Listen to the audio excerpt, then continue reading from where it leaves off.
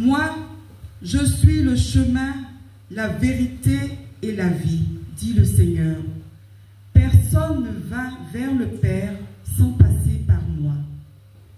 Alléluia, Alléluia, le Seigneur est ressuscité. Alléluia, Alléluia, Alléluia, le Seigneur est ressuscité.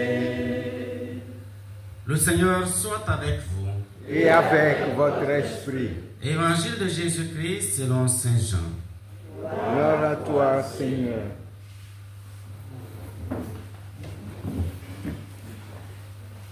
En ce temps-là, Jésus disait à ses disciples, que votre cœur ne soit pas bouleversé.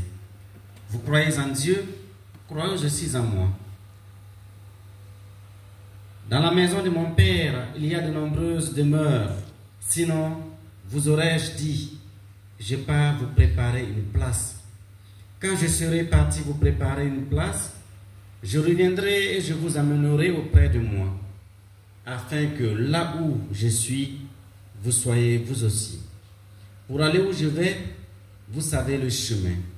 Thomas lui dit, Seigneur, nous ne savons pas où tu vas. Comment pourrons-nous savoir le chemin? Jésus lui répond, moi, je suis le chemin, la vérité et la vie. Personne ne va au Père sans passer par moi.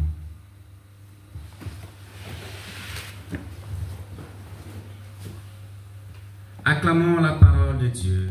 Louange à toi, Seigneur Jésus.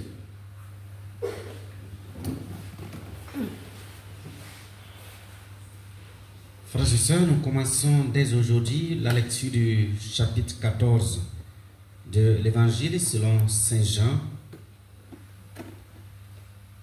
Avec ce chapitre, le discours de Jésus après la scène se poursuit par un enseignement sur la condition des disciples au temps de la séparation d'avec Jésus.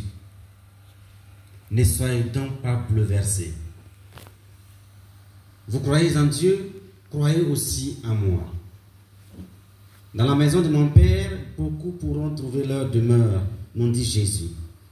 Cet appel à garder confiance, à ne pas perdre courage, à croire en Jésus, redit la parole du Seigneur à son peuple au moment de l'entrée en terre promise. Josué dit ceci. Ne t'ai-je pas donné cet ordre? Sois fort et tiens bon, sois sans crainte ni frayeur, car le Seigneur ton Dieu est avec toi dans toutes les démarches. Jésus présente ainsi sa passion, désormais toute proche, comme la porte d'accès à la terre promise de la maison du Père. C'est un peu comme si Jésus disait à ses disciples, alors vous avez cru en Dieu, vous avez écouté sa voix, vos pères ont cru en Moïse et ils l'ont suivi durant la traversée du désert. Maintenant, croyez aussi en moi qui suis l'envoyé du Père et suivez-moi sur le chemin que j'ouvre devant vous. Parce que ce chemin vous conduit à la véritable liberté, à la véritable terre promise qui est la maison du Père. La demeure où Jésus va entrer, préparer une place pour les apôtres avant de les y accueillir, c'est la vie même du Père.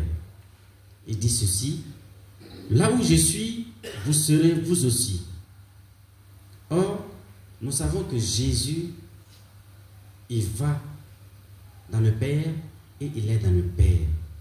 Alors vers ce lieu qu'est le Père, Jésus se veut le passage, il se veut le chemin.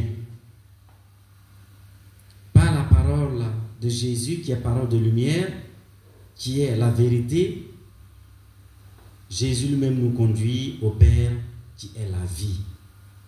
Voilà pourquoi il peut dire je suis le chemin, la vérité et la vie.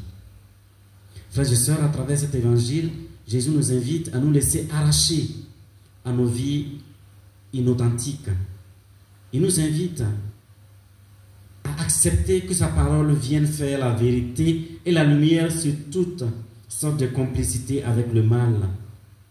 Notre Seigneur nous appelle à nous mettre en route avec lui qui est le chemin. À nous mettre en route les yeux fixés sur lui, à nous mettre en route parce que c'est la condition du disciple.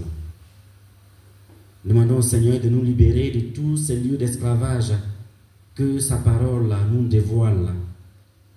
Demandons au Seigneur de faire en sorte que sa parole nous attire sur l'unique chemin de son évangile.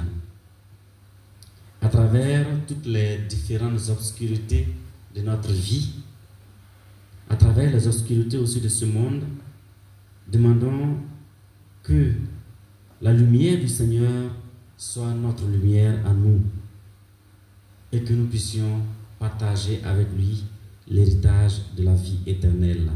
Lui qui vit et règne maintenant et pour les siècles des siècles. Amen.